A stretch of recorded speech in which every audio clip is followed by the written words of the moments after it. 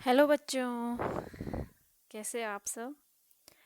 जून की कुछ दिन की वैकेशंस के बाद आज फिर से मैं यहाँ पे केमिस्ट्री का लेक्चर आपके लिए लेके आई हूँ। ठीक है, इससे पहले देखो इलेक्ट्रोकेमिस्ट्री चल रही थी जिसमें मैं 9 लेक्चर आपको करा चुकी थी और 2-3 लेक्चर इसमें बच गए हैं, वो मैं अब आपको करवा रही हूँ। तो इससे पहले हमने इलेक्ट्रोकेमिस्ट्री में जो लास्ट लेक्चर था उसमें हमने सेल का जो सेल विभव होता है यानी जो ईएमएफ होता है उसके बारे में पढ़ा था। और जो ईएमएफ होता है उसकी वजह से जो सेल अभिक्रिया होती है उसकी कितनी फिजिबिलिटी होती है, कितनी पॉसिबिलिटी होती है, या आप हिंदी में कहो तो उसकी मतलब कितनी संभवता होती है, संभाव्यता आप बोल सकते हो उसे। ठीक है, कि कितनी पॉसिबिलिटी है कि रिएक्शन हो।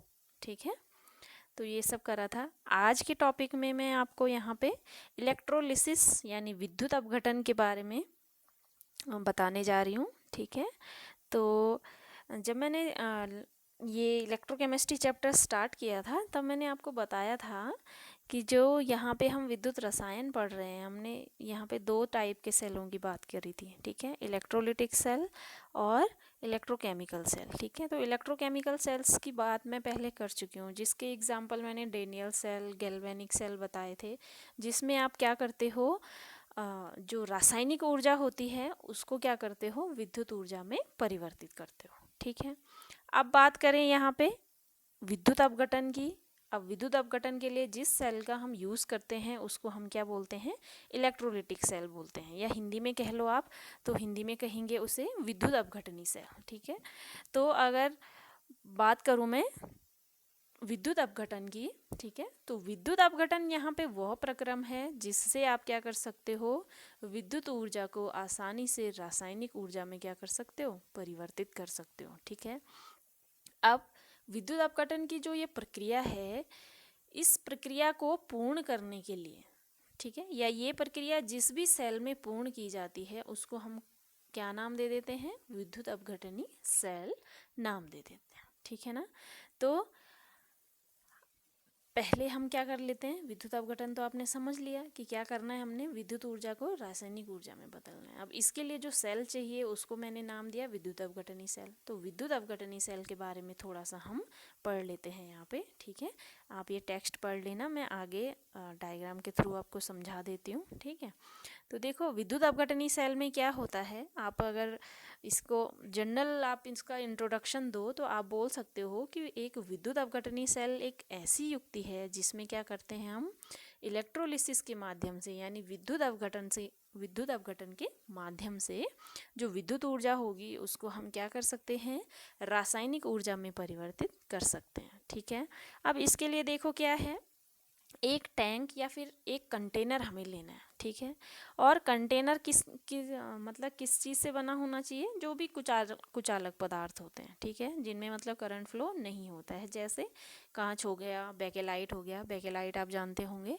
प्रेस के हत्थे, प्रेशर के हत्थे। ठीक है ना, तो ये सब किससे, जो बोर्ड स्विच होते हैं वो सारे बेकेलाइट प्लास्टिक से बने होते हैं। ठीक है ना, तो इन 2 मटेरियल से या तो कांच से बना होना चाहिए कंटेनर, या तो बेकेलाइट से बना होना चाहिए, या और भी कोई भी कुचालक पदार्थ हो उससे बना हो। ठीक है, तो कंटेनर एक कुचालक पदार्थ का बना हुआ होता है जिसमें क्या होते हैं, ये 2 इलेक्ट्रोड, ये धात्विक इलेक्ट्रोड हो सकते हैं यानी धातु के बने हुए हो सकते हैं, या फिर ग्रेफाइट की छड़ें हो सकती हैं। ये रहती हैं पूरी तरह नहीं डूबी रहती, कैसे डूबी रहती हैं, आंशिक। देखो आधा कहाँ डूबी हुई है, विलयन में डूबी है, आधा ऊपर है। अच्छा, विलयन की बात हो रही है, जो ये विलयन है इसको क्या हम बोलते हैं, विद्युत अपघट्य विलयन बोलते हैं। ठीक है, तो विद्युत अपघट्य जो विलयन होता है वो या तो गलित अवस्था में होना चाहिए। गलित अवस्था में मतलब जैसे आपने विद्युत अपघट्य विलयन कौन कौन से हो सकते हैं, जैसे मैंने H2SO4 ले लिया। ठीक है, या फिर सोडियम क्लोराइड ले लिया NaCl। ठीक है, या फिर कॉपर सल्फेट का विलयन ले लिया। तो तुमने क्रिस्टल लिए हैं तो इनके क्रिस्टलों को पहले तुम क्या करोगे, गलाओगे। ठीक है, गलित करोगे। तो गलित अवस्था में क्योंकि आपने क्या करना है, रिएक्शन करवानी है, तो सॉलिड स्टेट में कभी भी रिएक्शन नहीं हो पाएगी। ठीक है ना, तो इसके लिए आपको या तो उसे गलाना पड़ेगा या फिर विलयन बनाना पड़ेगा। विलयन कैसे बनाओगे, जो भी प्रॉपर रेशियो होगा पानी का उसके साथ मिला के क्या बना दोगे, विलयन बना दोगे। ठीक है, तो यहाँ पे मैंने मोल्टन स्टेट ले ली है, किसी भी आप H2SO4 ले लो, NaCl ले लो, CuSO4 ले लो। आगे मैंने एग्जांपल NaCl का लिया है, सोडियम क्लोराइड का, तो मैं मान लेती हूँ कि मैंने यहाँ क्या कर लिया है, इस जो कंटेनर है, ठीक है, इस कंटेनर में NaCl का विद्युत अपघट्य विलयन लिया है। ठीक है, अब ये जो दो इलेक्ट्रोड हैं, ठीक है, एक कैथोड है एक एनोड है, ठीक है, इनको क्या कर लिया है मैंने, एक बैटरी के माध्यम से, एक मतलब एक्सटर्नल पार्ट आप इसको बोल सकते हो, बाहर क्या कर दिया है, एक बैटरी से इसे जोड़ दिया है। ठीक है, अब यहाँ पे कॉमन चीज़ वो जो है, आपको सेम ऐसा लगेगा कि जैसे गैल्वेनिक सेल या डेनियल सेल की बात कर रहे हो। ठीक है, लेकिन डिफरेंस क्या है डेनियल सेल और यहाँ जो इलेक्ट्रोलिटिक सेल है, देखो डिफरेंस ये है, आप वहाँ जो गैल्वेनिक सेल था उसमें आप जो एनोड होता था वो आपने देखा रहा होगा, इस साइड होता था, यहाँ एनोड यहाँ होता था। ठीक है, और ये क्या होता था, हमेशा नेगेटिव टर्मिनल होता था। ठीक है, नेगेटिव टर्मिनल से जुड़ा हुआ होता था, जबकि यहाँ आपको दिख रहा है एनोड कहाँ है, राइट हैंड साइड में है, और बैटरी के किस सिरे से जुड़ा हुआ है, धनात्मक सिरे से जुड़ा हुआ है। ठीक है, तो आप यहाँ पे कह सकते हो कि जो एनोड की पोलरता है एक विद्युत अपघटनी सेल में, वो कैसी है, धनात्मक है, और इसके अपोजिट जो कैथोड है, यहाँ देखो वो कैसा है, कैथोड कैसा है, ऋणात्मक टर्मिनल से जुड़ा है, इसका मतलब इसकी पोलरता क्या है, ऋणात्मक है। ठीक है ना, तो ये हम यहाँ पे बात कर रहे हैं किसकी, विद्युत अपघटनी सेल की, जबकि मैं गैल्वेनिक सेल की बात कर रही हूँ, उसमें अपोजिट हो जाता है। ठीक है, उसमें एनोड इधर रहता है और कैथोड इधर रहता है, एनोड पे यहाँ नेगेटिव चार्ज होता है, कैथोड पे यहाँ पॉजिटिव चार्ज होता है। एनोड पे नेगेटिव होता है तो यहाँ क्या होता रहता है, ऑक्सीडेशन होता रहता है, इस पे पॉजिटिव रहता है तो इस पे क्या होता है, रिडक्शन होता है। ठीक है ना, और यहाँ इस इलेक्ट्रोलिटिक सेल में जस्ट इसका क्या होता है, अपोजिट होता है। ठीक है ना, आगे बात समझ में।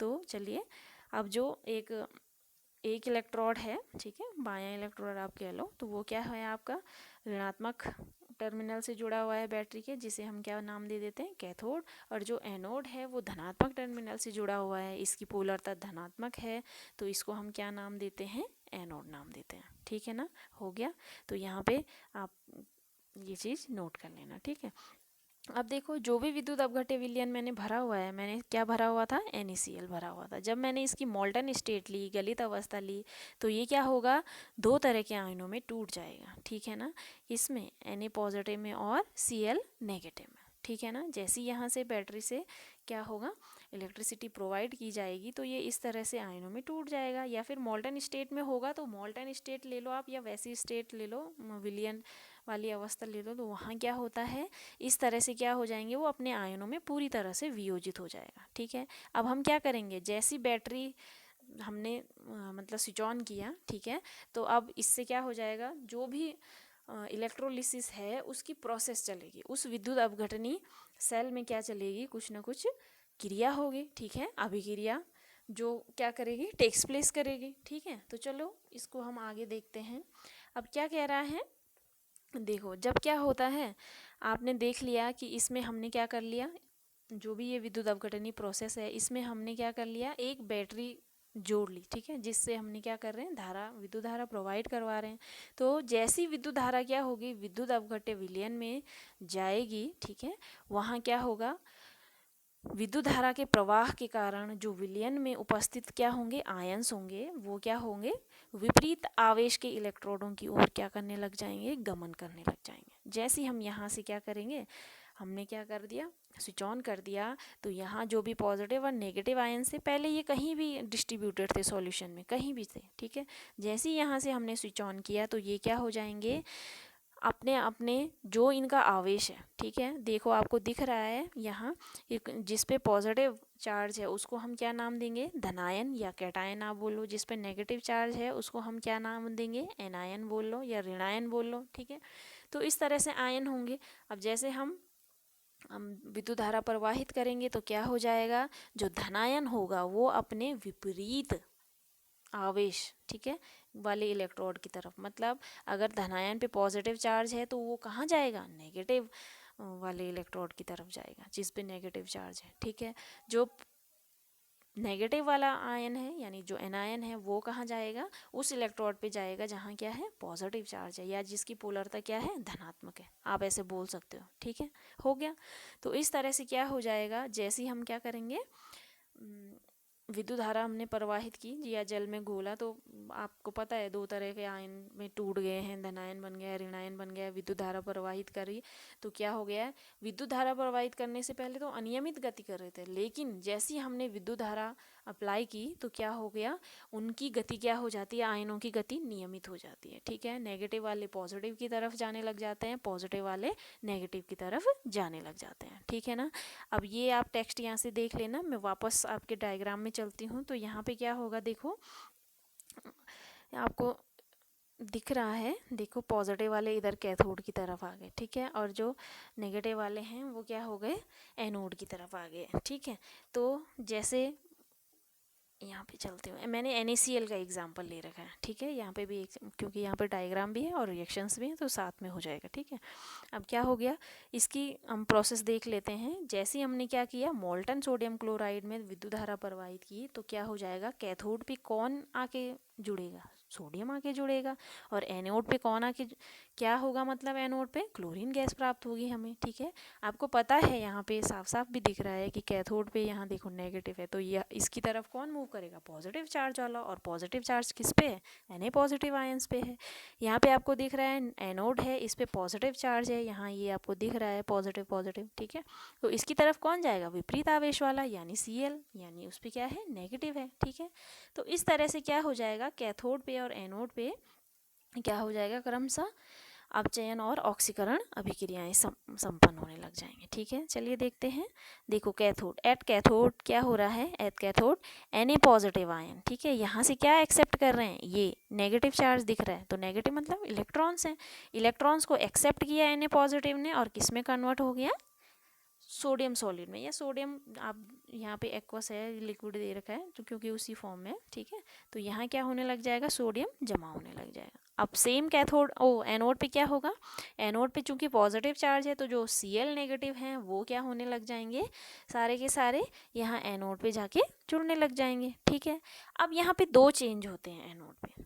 जो प्राइमरी चेंज होता है उसमें क्या होता है, जब Cl नेगेटिव इस तरह से क्या करेगा, देखो Cl नेगेटिव है, एनोड पे पॉजिटिव चार्ज है, तो ये क्या करेगा, ये नेगेटिव जो अतिरिक्त चार्ज है यानी एक इलेक्ट्रॉन एक्स्ट्रा है, इसको क्या कर देगा, माइनस कर देगा, यानी अपने से हटा देगा। देखो Cl नेगेटिव हो गया, एक इलेक्ट्रॉन माइनस किया मैंने और किस में कन्वर्ट हो गया, Cl में कन्वर्ट हो गया। ठीक है, एक Cl परमाणु में कन्वर्ट हो गया। अब ऐसे ही बहुत सारे Cl आके यहाँ पे जुड़ जाएंगे तो Cl क्या हो जाएंगे, इकट्ठे हो जाएंगे। लेकिन अब क्या होता है, क्योंकि Cl क्या है, जो Cl परमाणु है वो क्या हो जाता है, क्योंकि उसने इलेक्ट्रॉन दे दिया है। ठीक है, इलेक्ट्रॉन दे के क्या हो गया है, वो ऑक्सीकृत हो गया है। लेकिन Cl क्या होगा, Cl परमाणु कभी भी स्वतंत्र रूप में, ठीक है, फ्री स्टेट में वो स्टेबल नहीं होता है। ठीक है, तो इसलिए क्या करता है, एक सेकेंडरी चेंज में क्या होगा, एक Cl यूं, एक Cl, ठीक है, दूसरे Cl से कनेक्ट होके क्या बना देगा, Cl2 यानी क्लोरीन गैस बना देगा। ठीक है ना,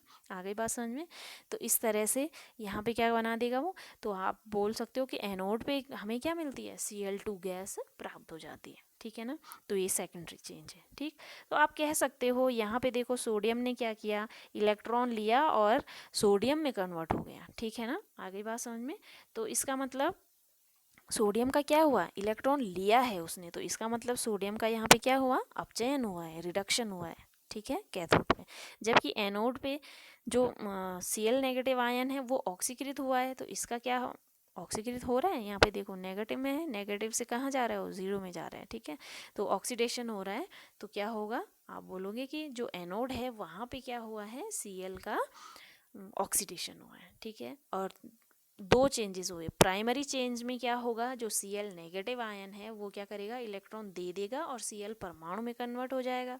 सेकेंडरी चेंज में क्या होगा, ये वाला सेकेंडरी चेंज है, दो Cl परमाणु आपस में जुड़कर क्या बना देंगे, Cl2 गैस बना देंगे। आ गई बात समझ में। ठीक है, तो पूरी अभिक्रिया को आपको अगर बैलेंस करना है तो इस तरह से आप कैथोड और एनोड लिख लीजिए। ठीक है, अब आपको दिख रहा होगा जो एनोड है वहाँ पे हमने क्या कर रखा है, 2Cl नेगेटिव ले रखे हैं, और यहाँ क्या हो रहे हैं, फिर 2 इलेक्ट्रॉन रिलीज हो रहे हैं, लेकिन यहाँ तो हमने एक ही इलेक्ट्रॉन प्रोवाइड करवाया है Na को, तो इसका मतलब हमें क्या करना है, बैलेंसिंग करनी है। तो यहाँ आप जो फर्स्ट रिएक्शन है यानी जो कैथोड है उस पर आप क्या कर दोगे, 2 से क्या कर दोगे, मल्टीप्लाई कर दोगे। तो फिर यहाँ क्या हो जाएगा, 2Na पॉजिटिव हो जाएगा, यहाँ पे भी क्या हो जाएंगे, 2 इलेक्ट्रॉन हो जाएंगे, और यहाँ पे भी आपको 2 सोडियम प्राप्त हो जाएंगे, जैसा कि इस रिएक्शन में आपको लास्ट जो ओवरऑल रिएक्शन है इसमें दिख रहा है। 2Na पॉजिटिव, देखो जो लेफ्ट हैंड साइड वाले हैं यानी Na पॉजिटिव और जो Cl नेगेटिव है यहाँ ये वाले, ठीक है, लेफ्ट हैंड साइड में है तो इनको मैंने एक साइड लिख लिया है,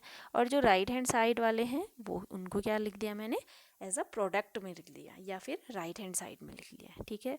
तो ये क्या है, ओवरऑल रिएक्शन है, ठीक है ना, आगे बात समझ में। तो इस तरह से इलेक्ट्रोलिसिस हो जाता है किसी भी विद्युत अवघट्य विलयन का, जो भी आपने ले रखा है, ठीक है ना। तो ये आप इसको कर लेना कि क्या क्या हो रहा है। ये मैंने बोला है वही सारा कुछ है, कि जैसे आप विद्युत धारा प्रवाहित करते हो, सोडियम आयन कैथोड की ओर चले जाएंगे, और जो Cl आयन्स हैं वो क्या करेंगे, एनोड की तरफ गति करेंगे, ठीक है। अब जो इलेक्ट्रॉन एक्सेप्ट करेगा उसका रिडक्शन हो जाएगा, यानी कैथोड भी क्या हो रहा है, यहाँ रिडक्शन हो रहा है, और जो इलेक्ट्रॉन डोनेट करेगा, जैसे यहाँ पे Cl कर रहा था, तो इसका क्या हो रहा है, ऑक्सीडेशन हो रहा है, ठीक है ना, आगे बात समझ में।